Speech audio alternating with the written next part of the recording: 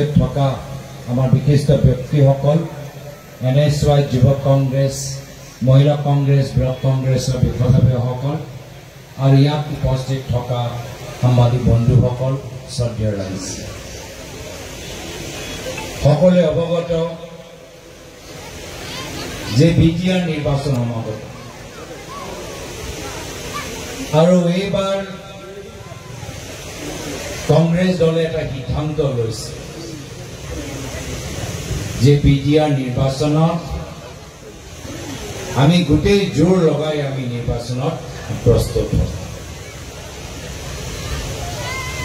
আমাৰ 15 বছৰ কংগ্ৰেছৰ চৰকাৰ আছে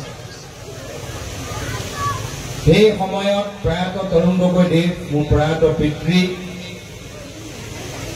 বিচাৰিছিল যে অসমত বিশেষকৈ বিটিআৰ অঞ্চলত শান্তি প্ৰয়োজন আছে শান্তি গুৰুত্বপূৰ্ণ আৰু সেই কাৰণে শান্তি স্বাৰ্থত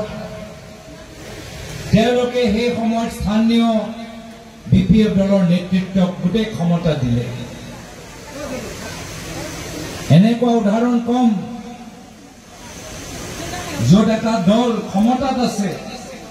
কেন্দ্ৰ তেওঁলোকৰ চৰকাৰ ৰাজ্য তেওঁলোকৰ চৰকাৰ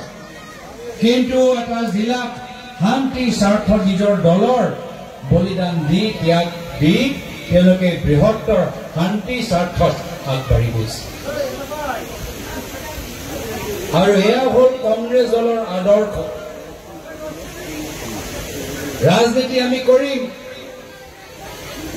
ক্ষমতা আমি বিচাৰো কিন্তু ক্ষমতাকৈ বেছি গুৰুত্বপূৰ্ণ হৈছে অসমৰ মানুহৰ মাজত শান্তি আৰু সমন্বয় আমি সেই কাৰণে ৰাজনীতি কৰিছো ক্ষমতা আহিব ক্ষমতা যাব আমি জানো কংগ্ৰেছৰ